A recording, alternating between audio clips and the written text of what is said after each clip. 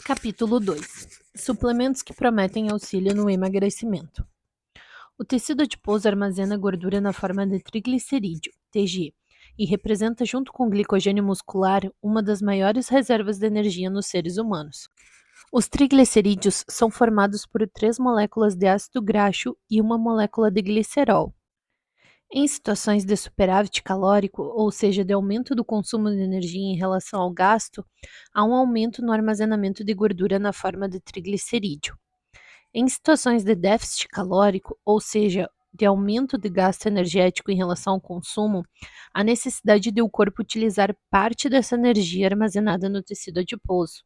Então, ocorre a mobilização das reservas de energia e os triglicerídeos, gorduras armazenados, são hidrolisados, quebrados e liberados na circulação. São liberados na circulação na forma de ácidos graxos e glicerol, já que são seus constituintes. Os ácidos graxos livres são os principais responsáveis pela produção de energia proveniente do tecido adiposo, e é sobre ele que falaremos nesta parte. Vimos que os ácidos graxos provenientes do triglicerídeo são liberados na circulação. Eles serão oxidados, isto é, serão queimados para a produção de energia na forma de ATP. Em outras palavras, em situações de muito consumo de energia proveniente da alimentação, há aumento do estoque de gordura armazenada, enquanto em situações de pouco consumo, há mobilização dessa gordura para que ela seja queimada, oxidada e usada como energia pelo corpo. A oxidação dos ácidos graxos é, portanto, o que se refere quando se fala em queima de gordura. Os suplementos que prometem auxílio no emagrecimento, também chamados de suplementos lipolíticos ou termogênicos, são aqueles que possivelmente potencializam a redução do percentual de gordura. Para que isso ocorra, eles prometem auxiliar sobretudo na modulação positiva da lipólise, que é justamente a liberação de ácidos graxos do tecido adiposo, ou seja, a quebra da gordura para que posteriormente ela seja queimada. Então, primeiro a lipólise, a quebra, depois a oxidação, a queima. Além disso, alguns prometem também uma regulação negativa no processo de lipogênese, que é a síntese de gordura, triglicérides. Logo, prometem aumento da quebra e diminuição da formação de tecido adiposo, gordura. Carboidratos e gorduras são oxidados, quer dizer, são utilizados durante a prática de atividade física. Mas a proporção do quanto será usado de carboidrato e gordura depende de uma série de fatores, como intensidade e duração do exercício. De maneira geral, quanto maior a demanda de energia em um menor intervalo de tempo, maior a quantidade proporcional de carboidrato que será utilizado como fonte de energia em relação à gordura. Por isso que os exercícios de alta intensidade, como uma corrida rápida de 100 metros, vão gerar maior gasto de carboidrato que de gordura. O principal estoque de carboidrato nos seres humanos está sob a forma de glicogênio muscular. Os suplementos lipolíticos não somente são usados por pessoas que buscam diminuir o percentual de gordura, como também por aqueles que buscam poupar os estoques de glicogênio muscular e, com isso, melhorar a performance. Ora, se eu poupo parte deste glicogênio muscular, que seria usado como combustível para gerar energia, por aumentar a utilização da gordura como fonte de energia, eu consigo aumentar meu rendimento de trabalho muscular. Ótimo, não é? Como já falamos, a lipólise é a quebra da gordura, e esse processo está rigorosamente regulado pela quantidade de energia que consumimos pela nossa alimentação, além de estar intimamente ligado a fatores hormonais e neurais. É importante enfatizar novamente que lipólise é diferente de queima de gordura. Lipólise é a mobilização, quebra e saída do triglicerídeo, célula de gordura, para a circulação. Queima de gordura e oxidação são conceitos diferentes. A taxa de oxidação de gordura está ligada a vários fatores, mas principalmente ingestão calórica. É possível que haja lipólise sem que haja significativa ou proporcional queima de gordura. Não há como pensar em emagrecimento sem pensar em déficit calórico. É o déficit calórico que vai proporcionar a queima de gordura. Portanto, é um erro acreditar a qualquer suplemento a capacidade de promover emagrecimento. Nem o melhor suplemento do mundo seria capaz de fazê-lo emagrecer, se você estiver se entupindo de calorias. Infelizmente ou felizmente, nosso corpo funciona assim. Curiosidade: homens têm maior capacidade de queimar gordura em condições basais, repouso, enquanto mulheres têm maior capacidade durante exercícios, principalmente aeróbicos. Quanto à influência hormonal sobre a lipólise, é importante saber que a lipólise é rigorosamente regulada pelo controle hormonal. Os principais hormônios estimuladores da lipólise são as catecolaminas, noradrenalina e adrenalina, e o principal hormônio inibidor da lipólise é a insulina, além de ela estar envolvida positivamente com o armazenamento de gordura. Logo, em termos gerais, diminuição de gordura, papel desempenhado pelas catecolaminas, aumento de gordura, papel desempenhado pela insulina. A noradrenalina e a adrenalina sinalizam o tecido adiposo, gordura, para estimular a lipólise por meio de seus receptores, que são chamados de receptores beta-adrenérgicos. Lembre-se, adre de adrenalina. Existem três isoformas de receptores beta-adrenérgicos: beta 1, beta 2 e beta 3. Todos são relacionados à lipólise, mas o principal responsável é o beta 3. E o que são receptores? São locais onde o hormônio vai se ligar para exercer seus efeitos. Após a ligação das catecolaminas com os receptores beta-adrenérgicos, uma série de eventos intracelulares dentro da célula culminará na liberação dos triglicerídeos, na forma de 3 moléculas de ácido graxo, AG, e uma molécula de glicerol. Isso ocorre em etapas e vale a pena conhecê-las, apesar de seu entendimento não ser necessário para a compreensão do livro. Vamos a elas. O primeiro desses eventos é o aumento na formação de uma molécula chamada monofosfato de adenosina cíclico, AMPC, pela quebra de ATP. Lembre-se do ATP, é igual a energia. O aumento de AMPC vai estimular uma proteína chamada proteína quinase A, PKA, que por sua vez ativa 3 enzimas relacionadas à lipólise. A primeira é a triglicerol-lipase, ATGL, que vai clivar, separar os triglicerídeos em diacilgliceróis. Antes eram 3 moléculas de ácido graxo e uma de glicerol. Agora são 2 de ácido graxo e uma de glicerol. A segunda enzima é a lipase, hormônio sensível, HCl. A última é a monoacilglicerol lipase, MGL. Logo, foram liberados do adipócito, célula de gordura, 3 ácidos graxos e uma molécula de glicerol. Lembrando que a gordura armazenada no nosso corpo está na forma de triglicerídeo, que é composto por 3 ácidos graxos e um glicerol. Em outras palavras, de forma simplificada, a estimulação do receptor beta-3 adrenérgico levará à ativação de algumas enzimas, que vão quebrar em etapas a molécula de gordura. O contrário também ocorre ao haver estímulo ao receptor alfa-2 adrenérgico no tecido adiposo. O estímulo das catecolaminas, sobre as quais falamos anteriormente, nesses receptores vai gerar inibição ao processo de lipólise, pois o estímulo do receptor alfa-2 gera inibição à formação de AMPC, que é necessário para a ativação daquelas enzimas relacionadas à lipólise. A insulina também aumenta a proporção de receptores alfa-2 em relação à beta. De forma simplificada, estímulo da noradrenalina e adrenalina nos receptores beta-adrenérgico gera aumento da AMPC e quebra da gordura.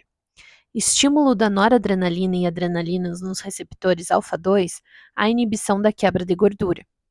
A insulina é o hormônio que aumenta a proporção de receptores alfa-2, fazendo com que haja maior ligação da noradrenalina e adrenalina com esses receptores e, portanto, inibição da quebra de gordura.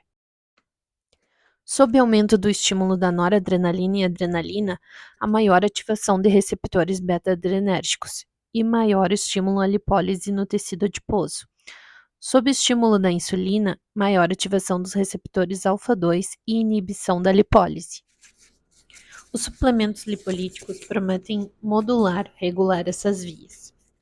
Cafeína é uma das drogas mais consumidas no mundo.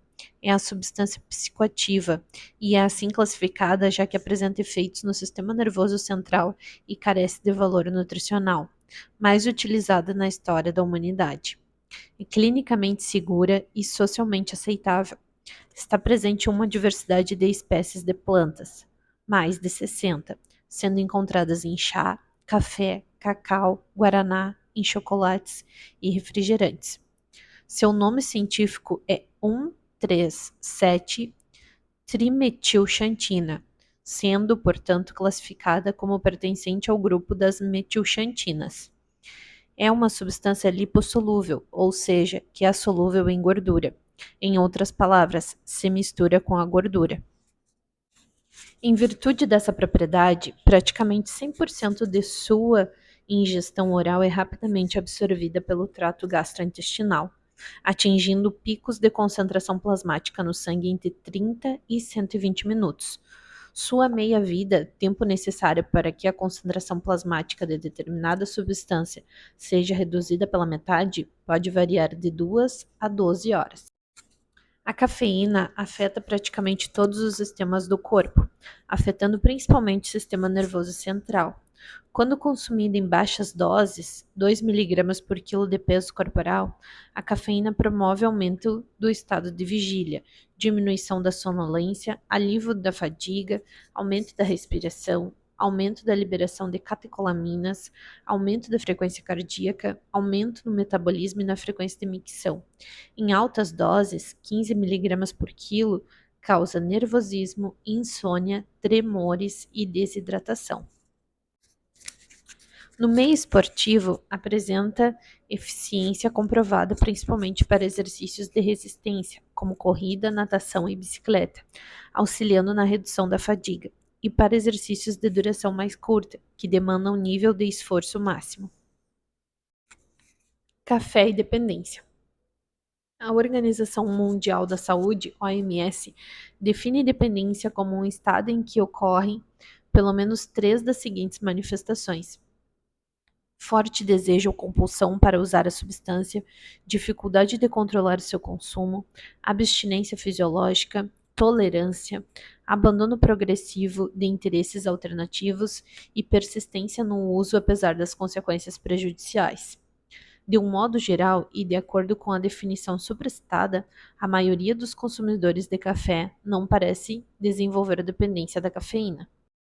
No entanto, alguns estudos relatam que essa situação pode ser verificada em pequenos subgrupos da população, como pessoas com desordens psiquiátricas ou história de abuso de substâncias químicas. Apesar do risco da dependência ser relativamente baixo, alguns sintomas de abstinência e privação são encontrados em muitos consumidores, como as dores de cabeça e sonolência. Benefícios do café. No café encontramos diversas substâncias antioxidantes, como os tocoferóis, que são substâncias capazes de neutralizar radicais livres, diminuindo assim o dano oxidativo celular, dano às células. Em outras palavras, são substâncias capazes de promover proteção às células do nosso corpo. O café, por meio da cafeína, está associado também ao alívio da cefaleia, dores de cabeça, de tensão. Por isso, a cafeína é frequentemente associada a princípios ativos de medicamentos utilizados para dores de cabeça. A cafeína também melhora o humor e a função cognitiva, além de estabelecer uma relação inversa com doenças como Parkinson, Alzheimer, diabetes tipo 2, cálculos renais, obesidade, cirrose, entre outras. É importante salientar também que o consumo do café estabelece uma correlação positiva com outras condições clínicas. Consumidores hipertensos devem consumir com cautela, pois o consumo gera elevação aguda da pressão arterial. Além disso, o café prejudica a absorção intestinal de ferro. Aparentemente, os compostos fenólicos e as melanoidinas, substância formada no processo térmico de alguns alimentos e encontrada no café, são os principais responsáveis por esse efeito inibitório para a absorção de ferro e podem gerar também diversos sintomas relacionados a desconfortos gastrointestinais. Pacientes com distúrbios relacionados a sono e ansiedade devem consumir cafeína com cautela, visto que ela gera aumento do estado de alerta, gerando insônia, e pode exacerbar quadros de ansiedade. Mecanismo de ação. A razão pela qual a cafeína influencia a via de oxidação de lipídios ocorre principalmente por dois mecanismos. 1. Antagonismo aos receptores de adenosina. A adenosina é uma molécula presente em todo o corpo humano, que possui alguns tipos de receptores: A1, A2A, A2B e A3. Quando estamos acordados e descansados, a adenosina é encontrada em baixos níveis no nosso organismo. À medida que o estado de vigília é prolongado, ou seja, ficamos mais cansados no decorrer do dia, os níveis de adenosina aumentam e ela se liga a seus receptores, gerando sonolência, vasodilatação, que é o aumento do volume dos vasos, periférica e cerebral, redução do estado de alerta e excitação, inibição da lipólise, aumento da percepção de dor e diminuição da atividade locomotora espontânea. Esse é um dos motivos pelos quais vamos ficando menos ativos ao fim do dia. A cafeína justamente compete com a adenosina pela ligação com esses receptores. Ou seja, em vez de a adenosina se ligar, gerando aqueles efeitos citados, será a cafeína que vai se ligar ao receptor de adenosina. Com a cafeína se ligando ao receptor de adenosina, observa-se, portanto, o oposto dos efeitos: aumento do estado de alerta, melhora no humor, diminuição da sonolência, da percepção de dor, da fadiga e do cansaço, além de estimular a lipólise e a atividade locomotora espontânea. O bloqueio dos receptores de adenosina pela cafeína ocasiona aumento também da liberação de moléculas de sinalização, ou seja, moléculas que geram uma resposta, chamadas de neurotransmissores do sistema nervoso central. O aumento da liberação de tais neurotransmissores, nesse caso chamamos de hiperativação simpática, especialmente a noradrenalina, além da adrenalina e dopamina, gera supressão da fome e aumento da saciedade, além do aumento da lipólise. 2. Inibição da enzima fosfodiesterase. A lipólise é mediada por aumento das concentrações de AMPC, monofosfato de adenosina cíclico, dentro da célula. Para quem não é estudante da área da saúde, é meio decoreba mesmo. Basta lembrar que essa molécula é um intermediário da quebra de gordura, como falamos no começo do capítulo. A enzima fosfodiesterase justamente diminui as concentrações de AMPC.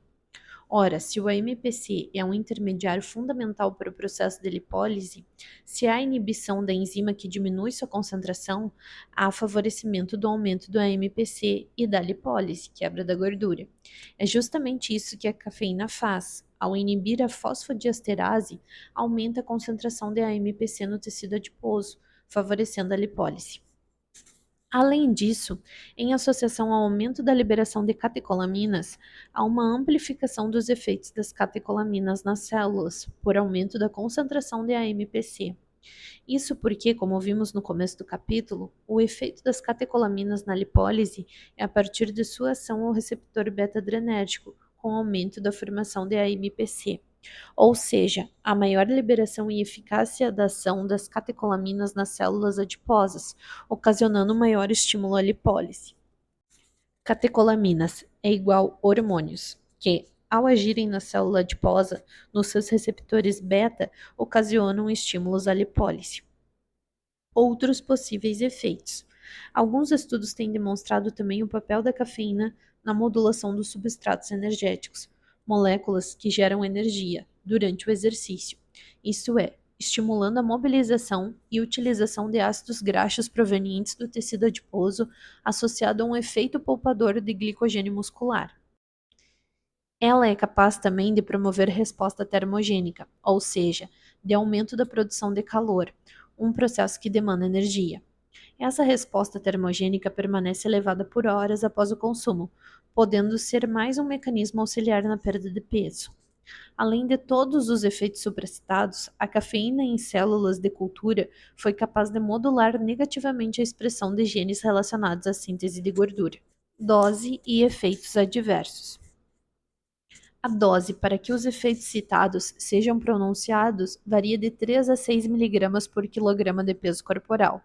Não é observado aumento de desempenho com doses maiores de 9 mg por quilograma de peso corporal. Doses elevadas de cafeína podem acarretar efeitos adversos, como arritmia, elevação da pressão arterial, insônia, agitação psicomotora, nervosismo, distúrbios gastrointestinais, tremores e até mesmo morte. A dose letal da cafeína é estimada em 10 gramas em indivíduos adultos saudáveis, o que seria algo em torno de 140 miligramas por quilograma de peso corporal, algo bem acima da dose usual. As evidências sugerem que a ingestão de doses entre 3 a 9 miligramas por quilo de cafeína pode levar a um aumento da pressão arterial. Indivíduos sensíveis podem apresentar efeitos adversos com doses inferiores a 3 miligramas por quilograma de peso corporal. O uso frequente de cafeína pode ocasionar desenvolvimento de tolerância, levando o indivíduo a consumir doses cada vez maiores, o que eleva o risco de efeitos colaterais. Na fórmula de cápsulas, a cafeína apresenta potencial ergogênico, capaz de melhorar a performance superior, possivelmente em virtude de outros compostos presentes no café reduzirem a capacidade da cafeína de se ligar aos receptores de adenosina. Nota: é um excelente suplemento, no entanto, deve ser usado com cautela. As pessoas têm diferentes metabolismos e sensibilidade à cafeína. Além disso, uma dose inadequada vai provocar efeitos adversos e prejudicar na concentração e coordenação neuromuscular durante o treino. Para pessoas mais sensíveis à cafeína e que apresentam dificuldade de dormir logo após o consumo, recomenda-se consumir doses menores e pelo menos 12 horas antes de deitar. Curiosidade: existem os chamados metabolizadores rápidos e lentos de cafeína. Um gene chamado CYP1A2 é responsável por determinar a metabolização da cafeína, ou seja, sua inativação. Ele codifica uma enzima no fígado chamado citocromo P450-1A2. Os metabolizadores rápidos são aqueles que removem a cafeína e a degradam rapidamente. São aquelas pessoas que conseguem consumir café à noite e dormir facilmente pouco tempo depois. Os metabolizadores lentos são o contrário. Não conseguem remover e degradar rapidamente a cafeína, pois têm menor eficiência dessa enzima. São aquelas pessoas que tomam um café no começo da noite e têm dificuldade de adormecer, mesmo muitas horas depois, ficando alertas até o começo da madrugada. Qual desses metabolizadores é você?